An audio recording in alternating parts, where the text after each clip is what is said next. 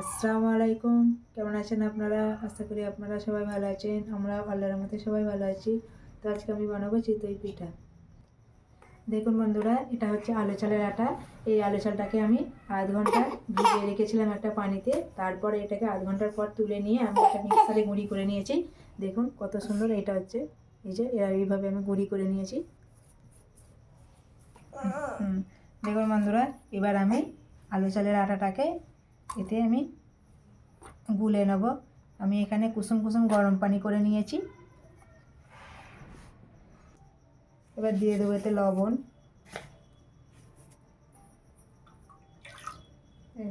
এবার কুসুম কুসুম গরম পানি দিয়ে এটাকে আমি গুলে নেব।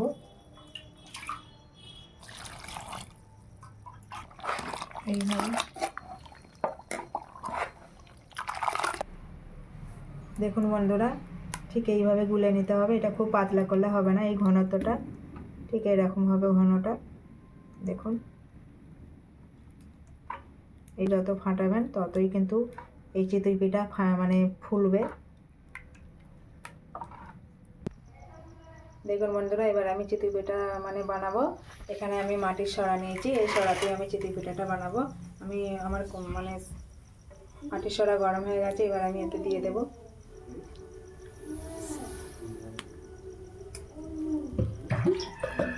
দিয়ে এটা ঢাকনাটা দিয়ে দেবো।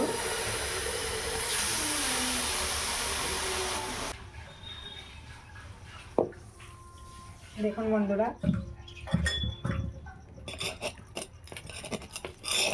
কত সুন্দর উঠে গেছে। এই দেখুন কত সুন্দর ফুলেছে, দেখুন খালি। আবারও আমি দিয়ে দেবো একইভাবে।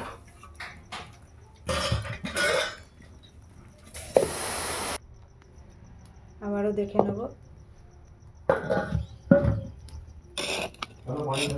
দেখুন কত সহজে উঠে যাচ্ছে, কত সুন্দর ফুলেছে খালি। দেখুন, এই দেখুন, দেখুন কত সুন্দর লাগছে। আবারও দিয়ে দেব।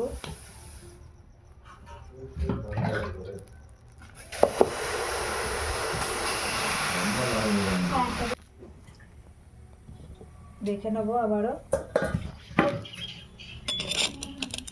দেখুন কত সহজে উঠে যাচ্ছে, এত সুন্দর হচ্ছে বন্ধুরা।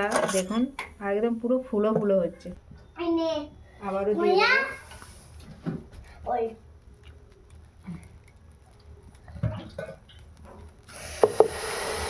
এইভাবে আমি একইভাবে সব একসাথে করে নেব। দেখুন বন্ধুরা, আমার চিতই পিঠা হয়ে গেছে, কত সুন্দর হয়েছে। দেখুন আমি যেভাবে বানিয়েছি এইভাবে আপনারা বাড়িতে বানিয়ে দেখবেন, খুব সুন্দর খেতে লাগে। নিয়ে দেখাই।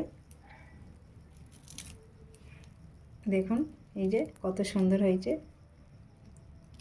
এই দেখুন একটু কাঁচা নেই ভিতরে, খুব সুন্দর হয়েছে আমার এটা। এই চিতই পিঠা রেসিপি আপনাদের কেমন লাগলো অবশ্যই লাইক কমেন্ট শেয়ার করবেন। আমার চ্যানেলটিকে সাবস্ক্রাইব করবেন, পাশে থাকা বেল আইকনটিতে ক্লিক করবেন। আপনারা সুস্থ থাকুন, ভালো থাকবেন। আল্লাহ হাফেজ।